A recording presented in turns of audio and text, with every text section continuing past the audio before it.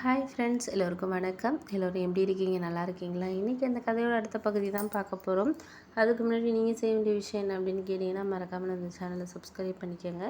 கீழே இருக்க பெல் பட்டனையும் கிளிக் பண்ணுங்கள். அப்போ தான் நான் போடுற வீடியோஸ் எல்லாமே உங்களுக்கு உடனுக்குடனே நோட்டிஃபிகேஷன் தரும். ஸோ மறக்காமல் சேனலை சப்ஸ்கிரைப் பண்ணிவிட்டு வீடியோ பாருங்கள் ஃப்ரெண்ட்ஸ். வாங்க நம்ம கதைக்குள்ளே போகலாம். அதுக்கப்புறம் ஒரு 3-4 மாதம் இப்படியே போணுச்சு. அதுக்கப்புறம் அவருக்கும் கொஞ்சம் இன்க்ரிமெண்ட்லாம் கிடச்சிச்சு. ஏன்னா அந்த கம்பெனியில் அவர் ஒரு 4 இயர்ஸுக்கு மேலே வேலை பார்க்குறதுனால, நல்லா ஒர்க் பண்ணுறதுனால 5000 கிட்ட மந்த்லி சேலரி இன்க்ரிமெண்ட் பண்ணாங்க. அது ரொம்ப சந்தோஷமாக இருந்துச்சு எங்களுக்கு. பரவாயில்ல, நம்மளுக்கு இந்த அளவுக்கு ஒரு இது கிடச்சிருக்கே அப்படின்னு சொல்லிட்டு ரொம்ப சந்தோஷமாக தான் இருந்துச்சு.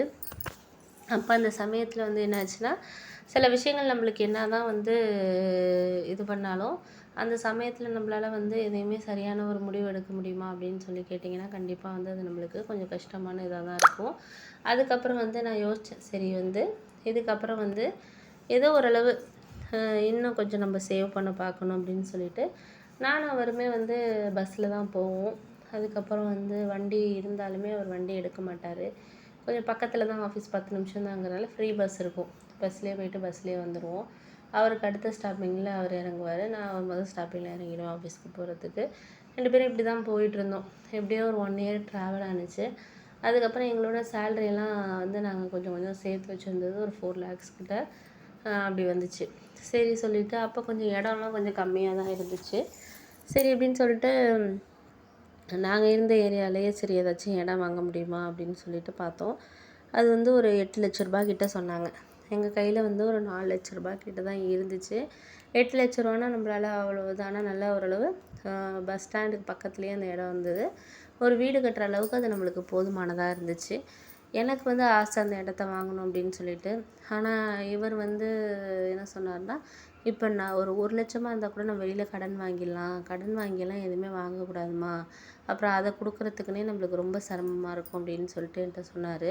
சரி, எனக்கு அப்போ யோசனை இருந்துச்சு. என்கிட்ட நகை கொஞ்சம் நான் இப்போ முன்னாடி சேலரியில் கொஞ்சம் சேர்த்து வச்சு நகை இருந்துச்சு. ஒரு செயின் இதெல்லாம் ஓரளவு செயின், கொஞ்சம் நகை, ஒரு 7-8 பவுன் நான் வச்சுருந்தேன். கொஞ்சம் சேவ் பண்ணதுலேருந்து.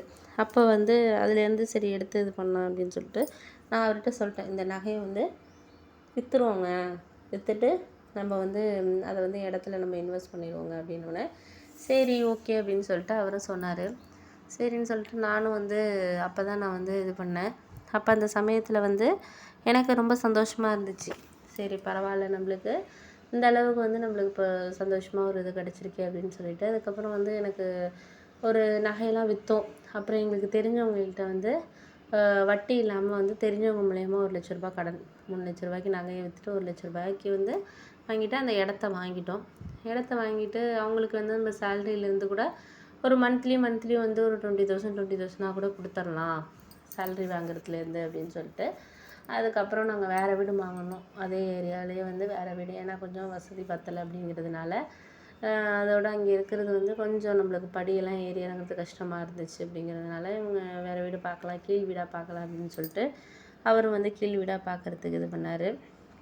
ஒரு 4,000 வாடகை, 4,500க்குள்ளே பார்க்கலாம் அப்படின்ட்டு அதுக்கப்புறம் பார்த்தோம்.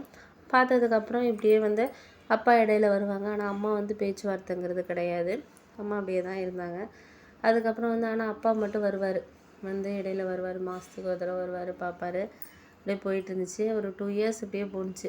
போனதுக்கப்புறம் நாங்கள் ஓரளவு இவருக்கும் இன்னும் இன்க்ரிமெண்ட் கொஞ்சம் ஆணுச்சு. எனக்கும் கொஞ்சம் இன்க்ரிமெண்ட்லாம் சேர்த்து மந்த்லி ஒரு 34,000 கிட்ட நாங்கள் கொஞ்சம் சேர்க்க ஆரம்பித்தோம். வீடு கட்டுறதுக்கு ஒரு 10 லட்ச ரூபா இருந்தால் நல்ல வீடாக கட்டலாம் அப்படிங்கிற மாதிரி ஒரு சூழ்நிலை இருந்ததுனால, அப்படியே ஒரு 2-3 இயர்ஸ் அப்படியே போயிடுச்சு. கொஞ்சம் காசு சேர்த்து வச்சோம்.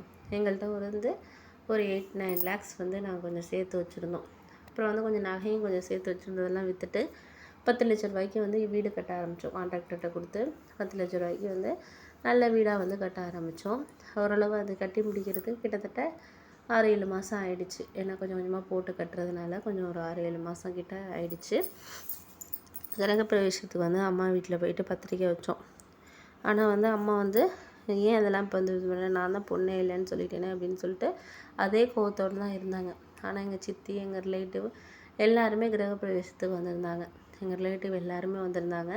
நானும் வந்து எல்லாத்துக்கும் அவங்களுக்கு போவேன் அப்படிங்கிறதுனால மாமா வீட்டிலேருந்து முதற்கொண்டு வந்திருந்தாங்க. நான் அம்மா மட்டும் வரல. அதுக்கப்புறம் நான் வந்து என்ன பண்ணுறேன், நம்மளுக்கு எல்லாரும் வந்தாலும் நம்ம அம்மா வரலன்னா ஒரு கவலை இருக்கும் தானே கண்டிப்பாக மனசுக்குள்ளே. எனக்கு அப்படி தான் இருந்துச்சு. அதுக்கப்புறம் வந்து அப்பாலாம் வந்திருந்தார். தம்பி முதற்கொண்டு வந்திருந்தான். ஏன்னா தம்பியை வந்து அப்பா பேசி அழைச்சிட்டு வந்திருந்தார். அதுக்கப்புறம் தம்பி ஜாப் வந்து அப்போ தான் படிப்பு முடித்தான். படிப்பு முடிச்சுட்டு வேலை இல்லாமல் வீட்டிலே தான் இருந்தான். அப்போ அப்பா வந்து என்கிட்ட சொல்லி கவலைப்பட்டுட்டு இருந்தார். படிக்க வச்சோமோ ஆனால் வந்து இவ்வளோ இது படிக்க